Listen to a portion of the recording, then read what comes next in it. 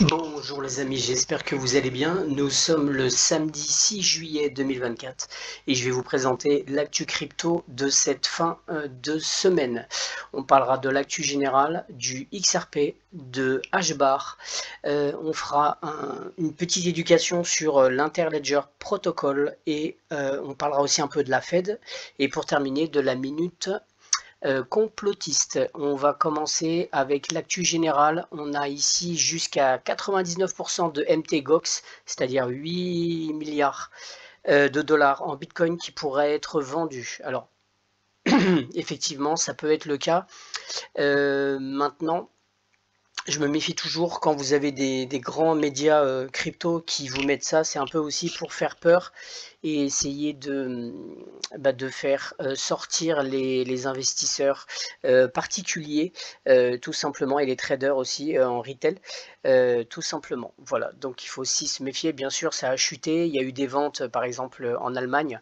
Il y a eu pas mal de ventes du Bitcoin et je pense que ça peut même peut-être descendre encore un peu plus bas. Mais après, moi, plutôt sur le long terme, je vois plutôt une tendance haussière avant une grande chute plus importante que celle qu'on a connue hier et ensuite que le bull run commence. Mais pour l'instant, je pense que vraiment ça va être dur de descendre vraiment beaucoup plus bas parce que là, les icônes sont presque en fin de vie. On voit quand même là que, par exemple, le XRP, il y a quand même une petite price protection. Là, on voit que il a remonté depuis hier. Voilà, en tout cas, sur le long terme, moi personnellement, avant les élections, je suis plutôt positif. On continue et on va parler cette fois-ci d'une startup crypto qui lance la tokenisation des bons du trésor sur le Bitcoin, sur la couche Layer 2. C'est assez intéressant de voir que même sur le Bitcoin, il commence à y avoir de la tokenisation des bons du trésor. On continue et on a Trump qui parle du Bitcoin comme un actif de réserve stratégique. Donc voilà aussi pourquoi je suis bullish et je pense que si jamais il est élu, je pense que ça va être plutôt positif pour la crypto-monnaie si jamais Donald Trump est élu au mois de novembre. Voilà, donc là il explique un petit peu que ça pourrait être tout simplement une réserve de valeur pour les États-Unis. Voilà, on continue. On a Hamster Combat qui atteint 239 millions d'utilisateurs en 81 jours. C'est hallucinant. Voilà, je vous rappelle, il y a le lien en bas pour ceux qui ne connaissent pas. Il n'est pas trop tard, même si là, franchement, chaque jour c'est de plus en plus dur parce que, alors à moins que vous faites aussi des affiliations, etc.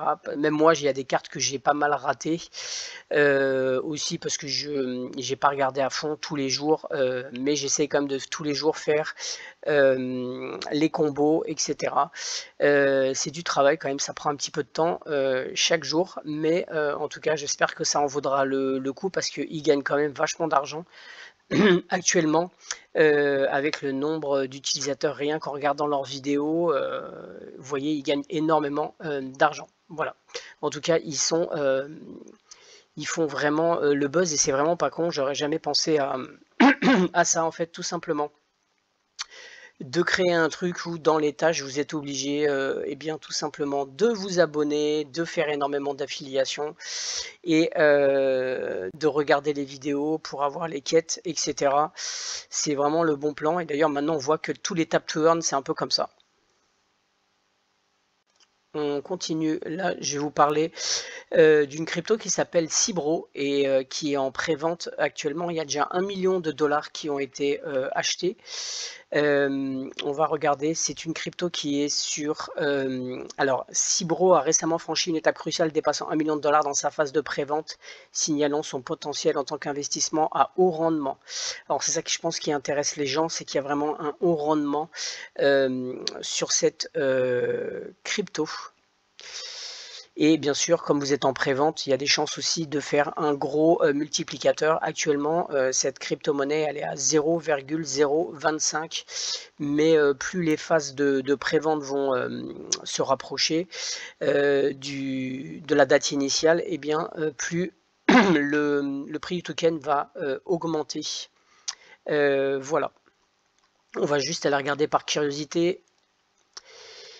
Donc voilà, Cybro, c'est une plateforme d'agrégateur de rendement basée sur l'IA, sur la blockchain Blast. Alors je ne sais pas si vous aviez fait l'airdrop Blast, mais en tout cas, ils ont déjà fait 1 150 000 dollars actuellement, et leur objectif c'est 7 millions de dollars. Il reste encore 86 jours pour la prévente. Je laisserai le lien, j'ai aucun lien d'affilié, mais pour ceux que ça intéresse, je serai par curiosité, je vous laisserai le lien.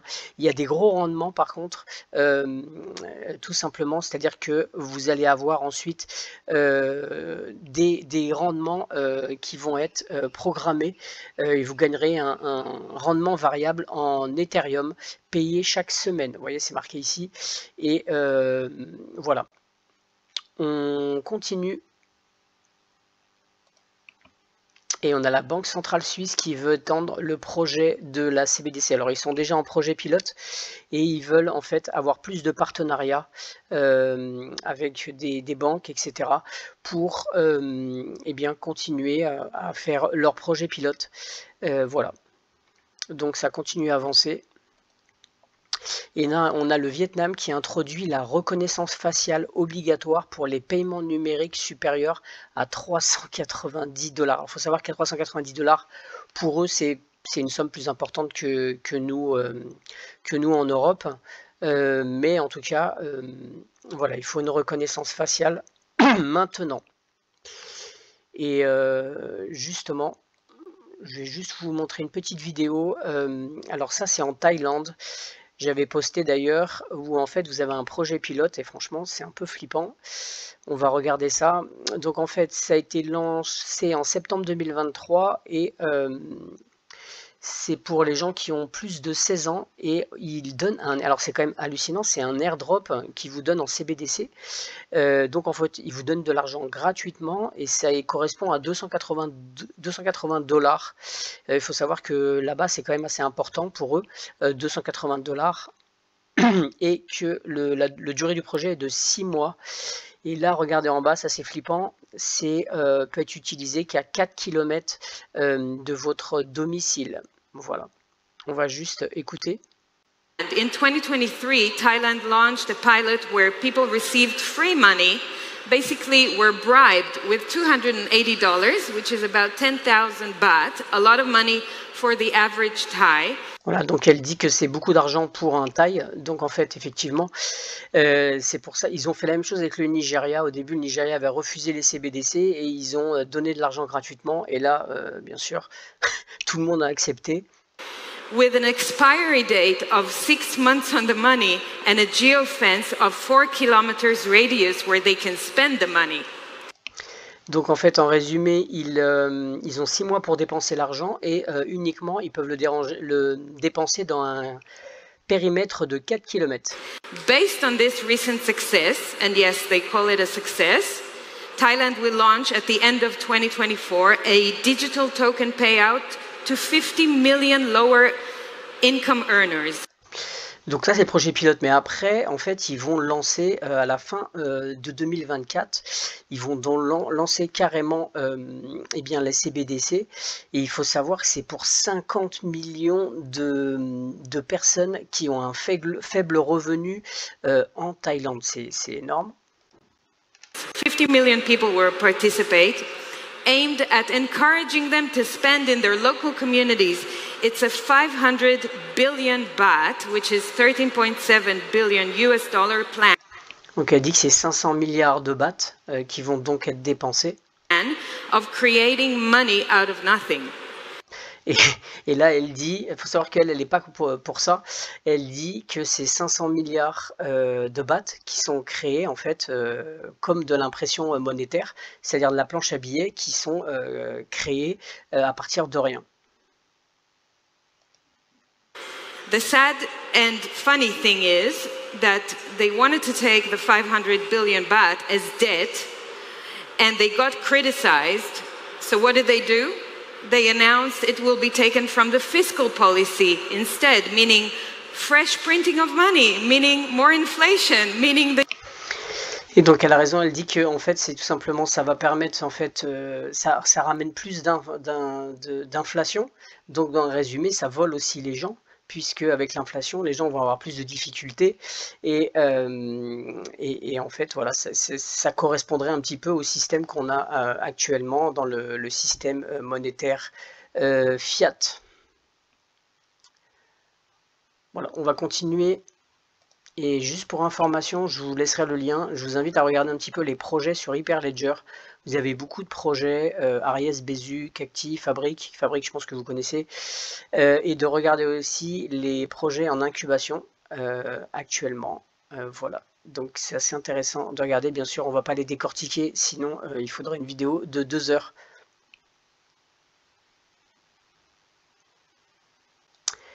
Voilà, et là par contre si vous êtes debout, je vous invite à vous asseoir.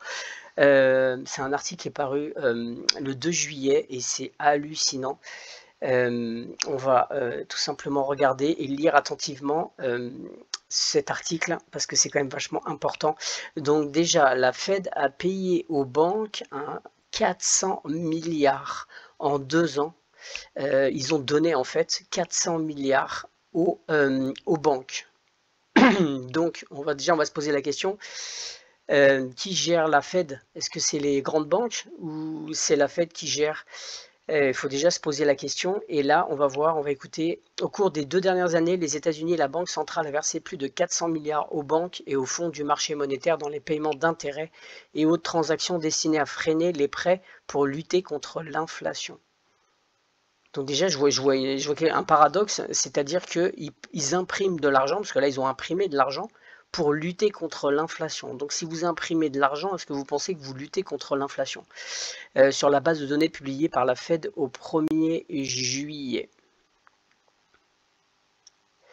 Après une vague des hausses des taux en 2022-2023, la Banque centrale paye maintenant, et alors là c'est important, paye maintenant 5,4% d'intérêt sur les réserves, c'est-à-dire sur les dépôts que chaque banque laisse garer, enfin, c'est-à-dire en coffre à la Fed pendant la nuit. Les banques d'autre part ont nécessairement transmis la manne à ses clients car le taux de dépôt reste très bas par rapport au taux que les banques reçoivent de la Fed. Donc en fait, je vais vous traduire. En fait, c'est très simple. La Banque centrale, elle elle imprime de l'argent tout simplement, et elle le refile aux grandes banques.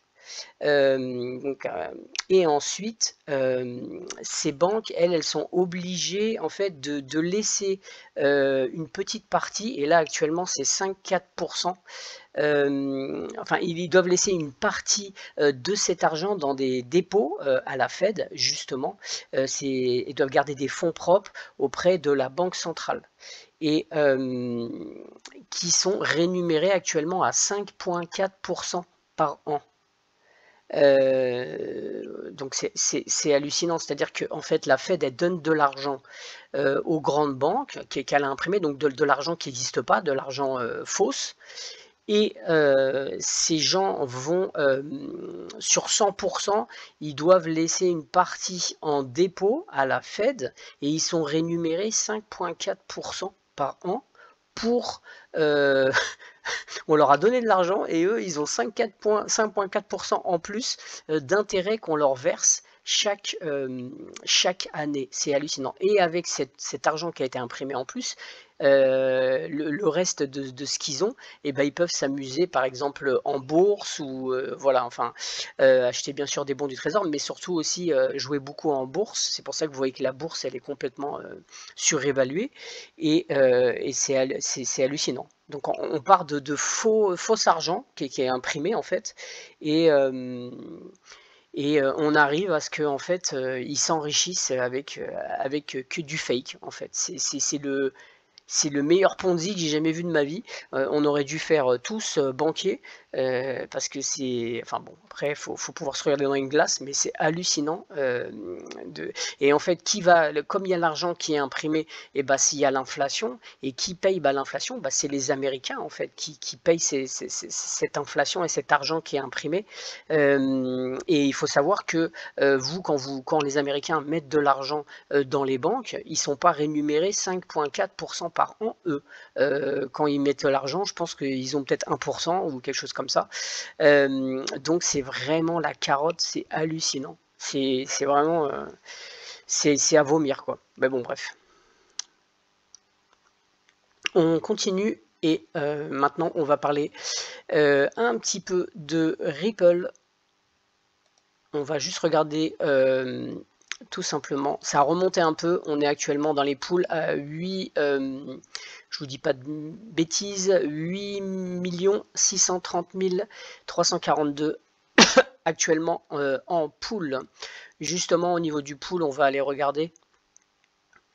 Actuellement, le MAG est à 6,1 XRP, il est remonté un petit peu.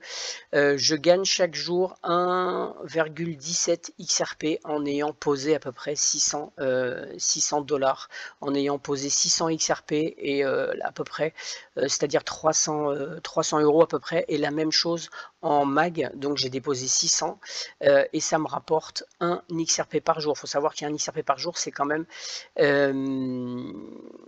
c'est quand même 300 XRP dans le mois. Alors attention, c'est quand même risqué dans le sens où je pense qu'il y aura des réglementations sur le farming et sur la DeFi fin 2024. Et parce que la MAG, c'est vraiment des... Enfin, c'est quand même des pools actuellement. Vous avez des pourcentages d'API qui sont quand même hallucinants. On va aller voir ça. Voilà, même si là ça a baissé, moi quand j'ai commencé c'était à 100 et quelques %, là on voit bien sûr ça fluctue chaque jour, là on est à 60%, mais même 60% c'est quand même correct. XGO, je vous ai déjà parlé de XGO dans les applications pour le sport, 115%, et je crois que j'en ai vu un, Everburn 140%, vous avez d'API, enfin bref, c'est quand même énorme, et je pense que quand il y aura les régulations, je pense que ça va baisser parce qu'on n'a pas fouillé non plus Magnétique. Mais je pense que tout doit pas être forcément nickel non plus. En tout cas, moi, j'en profite pour l'instant. Et quand il y aura bien sûr les régulations, eh bien, peut-être que je sortirai ensuite. Et bien sûr, le but, c'est se diversifier sur plusieurs pools. Voilà, vous avez Crossmark, vous en avez Orchestra, Finance, vous en avez d'autres. Bien sûr, en tout cas, je laisse le lien si vous êtes intéressé pour aller essayer le pool AMM de Magnétique, qui est celui qui est le plus utilisé en volume actuellement sur le XRP Ledger.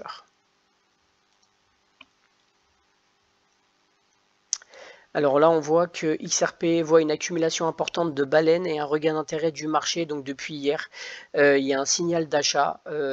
Voilà. Alors, bien sûr, c'est descendu à 0,38. Donc évidemment, les baleines, ils se sont gavés et ils ont acheté énormément. Excusez-moi pour la voix. Ils ont énormément acheté de XRP, et d'ailleurs on voit quand même, c'est quand même, moi je trouve ça quand même bizarre, c'est toujours la nuit que ça s'écroule. Vous regardez à chaque fois qu'il y a une correction, c'est toujours la nuit et c'est toujours approximativement, franchement moi je reste persuadé que c'est des algorithmes vers 3 h du mat. C'est toujours, regardez, c'est toujours vers 3 h du mat que entre 2 et 3 h que il y a toujours ces effondrements. Voilà. On continue. Et là, pour le FUD, on a l'ancien analyste de Goldman Sachs qui claque XRP sous le nom de, et ADA aussi d'ailleurs, Cardano, sous le nom de Cult Memecoin. Donc pour lui, en fait, c'est tout simplement des memecoins. Bref, je crois qu'il n'y a même pas de commentaire à faire. Et maintenant, je vais vous montrer un petit peu la toile d'araignée. À chaque fois, je vous montre un petit peu des connexions. C'est un article qui date du 2 juillet, Network International Partner, qui font un partenariat avec NPCI pour délivrer en fait des QR codes de paiement Youpi en Arabie Saoudite. Et alors, ce qu'il faut savoir, c'est que ça, c'est un article de 2017. On a les Whoopee App qui sont bien sûr la technologie qu'ils utilisent, c'est tout simplement la technologie de RippleNet, Ripple Technology, voilà. Donc on voit ici les connexions, et en parlant d'API,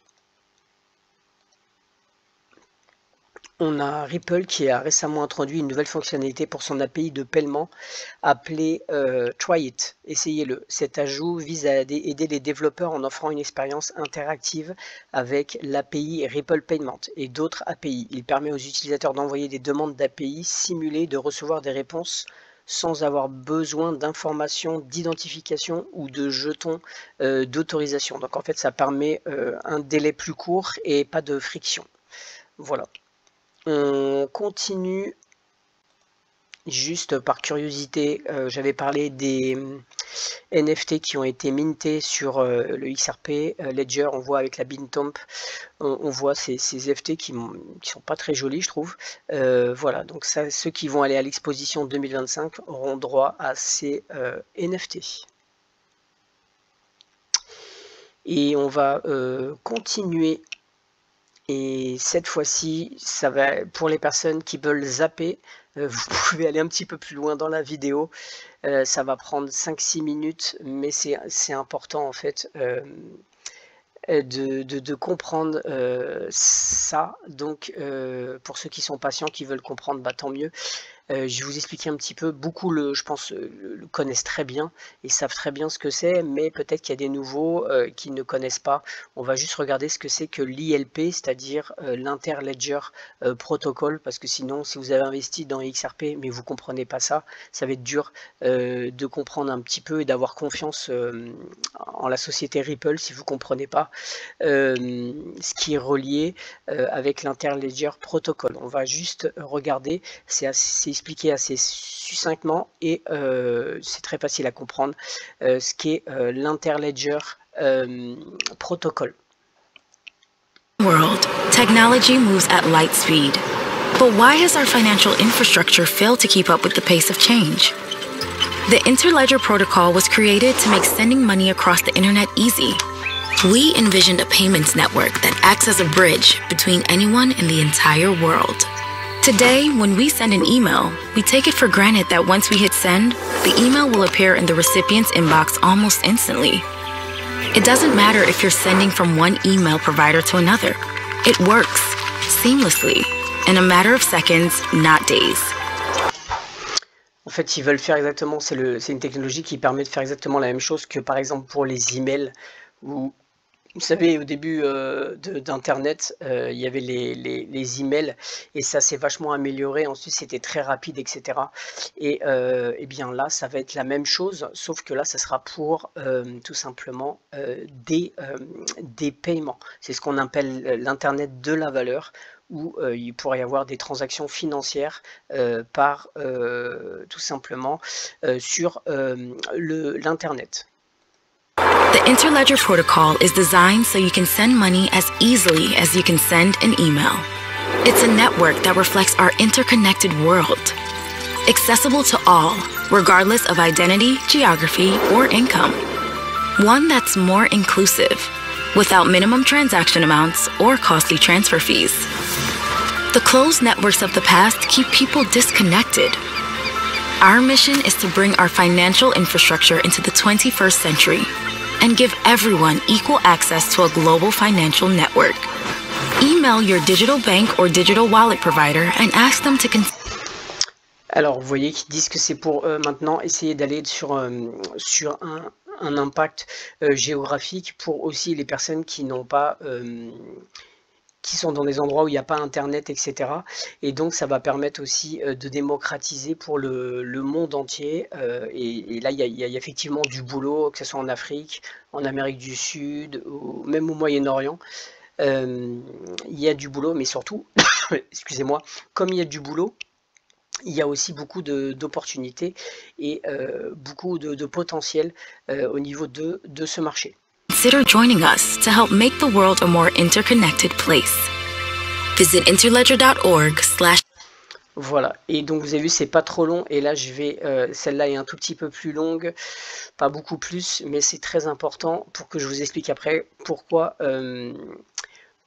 Ripple.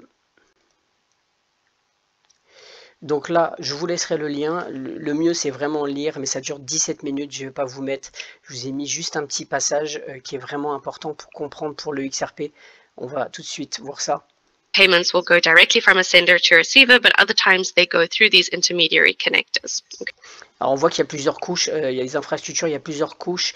Ils peuvent passer en fait directement ou passer par les différentes couches. Donc il y a une interopérabilité et vous voyez ce qu'on appelle des connecteurs intermédiaires. Okay, and packets are the units of data that carry this payment information through the network. So typically, a single payment would be broken up into smaller payment packets. Alors là, c'est intéressant, il dit que généralement, un seul paiement sera divisé en paquets de paiements plus petits. And these packets are secured with execution conditions, so they can't be lost or stolen by intermediary. Voilà, donc ça, c'est les smart contracts qui permettent en fait ça. Okay, so let's kind of look at the bottom little diagram I have there. And this is a cross-currency example. So, you know, when I said sometimes cutting out intermediaries reduces delays and costs, there are other times where intermediaries are actually adding value to the system. So if we think of... Alors là, c'est important ce qu'il dit. Effectivement, le but, c'est de réduire les intermédiaires, mais qu'il y a parfois besoin aussi des intermédiaires. Et donc, elle va donner un exemple. Cross-currency example, where a sender wants to send US dollars and a receiver wants to receive rands. And your institution only has dollars and my institution only has rands, then we need an intermediary who has both dollars and rands. So that... Là, c'est important, nous avons besoin d'un intermédiaire qui est à la fois des dollars et, alors là, c'était l'autre monnaie, mais ça a été mal traduit, et par exemple les rams, qu'ils appellent ça les rams. Et donc, en fait, cet intermédiaire, devinez par exemple ce que fait un AMM quand vous avez un stablecoin, vous avez différentes monnaies de différentes devises de chaque pays. Voilà, et bien, c'est exactement ce que fait le XRP Ledger avec les AMM. They can take the dollars and send on rands instead. Okay, and basically what we have here with these intermediaries is obviously they will then add on some kind of transaction fee to get something out of this, and voilà, les frais de transaction pour en tirer quelque chose. C'est ce que vous gagnez, entre autres, dans les AMM. Have to apply exchange rates and things like that. Okay, so in order to make this kind of communication seamless, because this is what Interledger wants to do, we want to say, I'm sending dollars, but I actually don't care what my recipient wants to receive this value in. If they want rands, great, you know, it shouldn't concern me. Interledger is trying to solve these problems to make this more simple. So a lot of the layers in the protocol are dealing with questions like, how do we communicate with other connectors on the network? You know, how do we speak the same language and understand each other? How do we ensure that this communication is secure? How do connectors know, like, does the sender actually have sufficient funds to be making this payment? Connectors need to be able to adjust the amount so that they can include their transaction fees or handle exchange rates. We have a lot of routing questions that need to be answered, like if a connector gets a payment packet, how does it know where to send that packet next? How does it know what is the cheapest path to take through the network? And also, we want to make sure that payments never get tied up endlessly wandering through the network, because then your payment would be stuck in a pending state definitely and tie up your liquidity. So we need to make sure as well that payment packets expire, and if they expire, that simply means that that money that was being held in your account is released again and then payment failed. Okay, these are the kinds of problems Interledger is solving. Note that the bottom layer is our settlement layer, and this actually is outside of the Interledger protocol suite. This is where the actual transfer of funds is taking place between ledgers, and Interledger relies on pre-existing payment rails. Voilà, là c'est très important et on est presque à la fin, mais là c'est vraiment le plus important, ce qu'elle est en train de dire. So that's what banks, peer-to-peer payment schemes ce que les banques et les systèmes de paiement peer-to-peer mettent en place. Implementing ACH, blockchain, mobile money institutions, whatever. All right. Voilà. Donc en résumé, c'est des rails de paiement, c'est comme des corridors en fait, et c'est en fait exactement ce que fait Ripple depuis des années en travaillant avec les institutions et aussi avec les fournisseurs de mobiles, d'argent sur les téléphones. Et bien c'est exactement ce qu'ils font et c'est pour ça que ça match en fait avec l'Interledger protocole. Voilà. Quand on regarde en fait un petit peu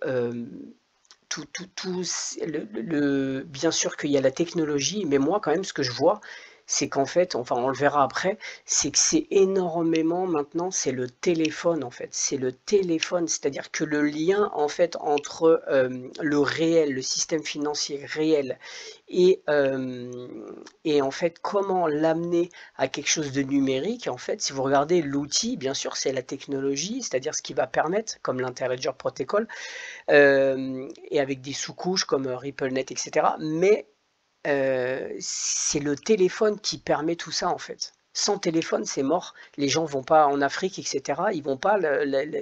C'est vraiment le téléphone qui va, qui permet en fait de faire le lien, en fait, le passage. Et justement, on va en parler. Voilà, donc là, on a l'interopérabilité entre l'argent mobile et la carte permet à OnAfrica, alors ça c'est OnAfrica, d'assister au système financier mondial. L'argent mobile a explosé dans les économies africaines en tant que catalyseur de l'inclusion financière en faisant entrer les larges pans de la population qui n'étaient pas bancarisés dans le giron pour participer aux économies à travers le continent. Alors là, il y a on voit que la GSMA qui a fait, j'en ai déjà parlé avec Telcoin, qui 12% des comptes enregistrés d'argent mobile ont augmenté pour atteindre 1,75 milliard en 2023. Et tout ça, ça va être en augmentation, mais vraiment phénoménale. Tandis que la valeur des transactions pour les envois de fonds internationaux via l'argent mobile a augmenté pour être près de 29 milliards de dollars et les paiements de commerçants ont augmenté de 14% à environ 74 milliards. Il faut savoir que par exemple en Afrique, la plupart des gens ils utilisent vraiment le téléphone pour tout en fait, que ça soit maintenant pour des paiements, pour regarder quoi que ce soit, les infos, ils utilisent comme pour les réseaux sociaux, ils utilisent énormément le téléphone. Maintenant tout c'était basé, la télé ils le regardent même sur le mobile, tout pour eux tout est sur vraiment le téléphone, tout simplement. Et c'est ça pas le cheval de Troie, mais en tout cas pour moi le téléphone est vraiment important.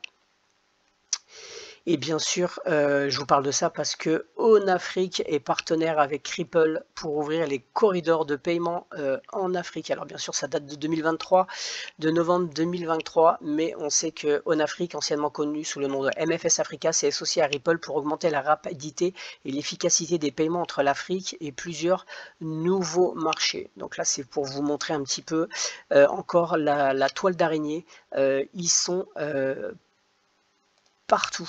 Et là, c'est aussi assez important, c'est tout simplement, on a comment améliorer l'interopérabilité des paiements en Afrique. Les entreprises de FinTech ont fait entrer l'Afrique dans les nouvelles ères numériques, un marché 70%, regardez bien, aujourd'hui le continent représente 70% des transferts d'argent mobile dans le monde. Vous voyez, donc ils utilisent énormément le téléphone, puisqu'ils n'ont pas eux les banques, forcément, leur banque, ça va être, c'est pour ça que Telcoin, ça va être assez intéressant aussi, tout simplement pour bancariser, mais le but, on a aussi Stellar qui bien sûr est sur le marché, mais Ripple aussi est sur le marché pour justement permettre ça. Et je peux vous dire qu'il y a vraiment un gros marché à prendre pour bancariser les gens par l'intermédiaire du mobile. Voilà. Et il faut savoir que ça, c'est Thunes. Il faut savoir que Thunes, on va regarder, vous voyez là, à l'occasion du partenariat entre TunePayment, Société mondiale de paiement transfrontalier, et voilà, je sais pas, on va voir le dire, Wafa Banque, le système de règlement brut en temps réel Ripple s'introduit au Maroc. Voilà. Donc il faut savoir que Ripple a un partenariat avec Tunes et que ça leur permet, on connaît la stratégie de Ripple, c'est toujours d'acheter des sociétés qui ont des licences, etc. et qui permettent de s'introduire ensuite dans le marché, c'est-à-dire qu'ils ne le font pas directement. Et du coup, c'est pour ça que c'est fait un peu en sous-marin et qu'on ne voit pas, les gens vont même pas savoir que c'est Ripple, qui est la technologie de Ripple qui est derrière ça.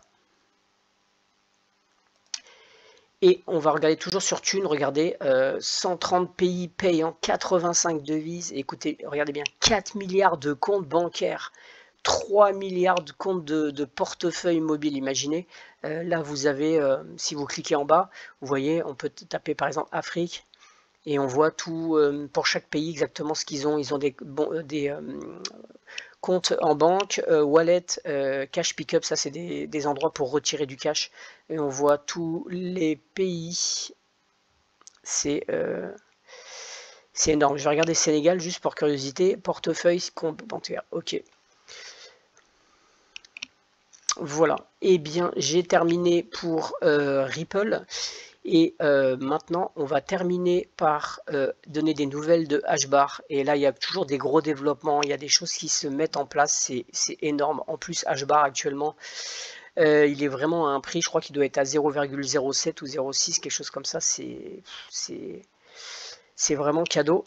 Et on va regarder, et ce jeu, vous voyez qu'ils avaient lancé Karateka, le jeu Web3 sous licence de combat de karaté de Game On, lance ses combattants de Pit Karaté sur le réseau Adera. Et il est en train de faire un massacre. Ce jeu, c'est le nombre de personnes qui sont dessus, c'est hallucinant. Et il est en train de se développer. Je pense que je vais essayer de m'inscrire pour jouer un petit peu parce que j'ai regardé un petit peu, ça a l'air vraiment intéressant. En tout cas, il y a vraiment un gros FOMO sur ce jeu. Et ça, c'est très bon pour HBAR. On va continuer, on a aussi Calaxy. Alors qu'est-ce que Calaxy? Construit sur le réseau Hedera, ajoute des conseillers initiaux de Dapper Labs, Liquify, Blue Sky et Sand Consortium. C'est en fait tout simplement un réseau de médias sociaux qui est conçu par des créateurs pour les créateurs. Et ce truc-là aussi fait vraiment, ça date quand même, c'est pas récent, mais il est en train de bien se développer et de bien marcher. On va regarder justement, on voit l'application. Maintenant, vous pouvez sur l'application tout simplement envoyer des fonds. Vous avez un wallet privé. Vous pouvez envoyer entre vous des cryptos. Voilà, il y a vraiment des grosses améliorations. Et on va presque terminer, juste vous montrer justement sur les applications Web3. Regardez, il y a 7 pages et en fait c'est là où je vous invite à regarder un petit peu tous les projets pour ceux qui sont qui ont du HBAR. C'est parce que tout simplement il y a des projets qui sont vraiment intéressants et bien sûr ils ont des tokens et c'est là où je pense qu'après le bull run ça peut être intéressant d'aller un petit peu parce que c'est eux qui vont exploser, ça sera plus quand ça va, c'est ces projets là qui vont commencer à flamber, donc à regarder un petit peu, chacun fait ses recherches et de voir un petit peu déjà les projets qui leur plaisent et ce qui vous plaît et d'essayer de regarder un petit peu comment fonctionnent ces projets. Il y a vraiment beaucoup, il y a 7 pages vous voyez et il y a de quoi faire. Voilà.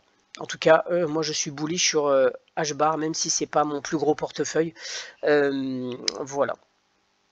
Eh bien j'ai terminé, on va juste regarder la petite minute complotiste sur le XRP et on a vu que le 27 juin il y avait un glitch, c'est-à-dire en fait un bug où le XRP a atteint 62 032 sur Kraken Exchange. Alors déjà ce qui est bizarre c'est que à la même date vous aviez le BTC qui était à 62 352 ce jour-là. Donc c'est quand même déjà étrange. Et pour moi, en fait, c'est pas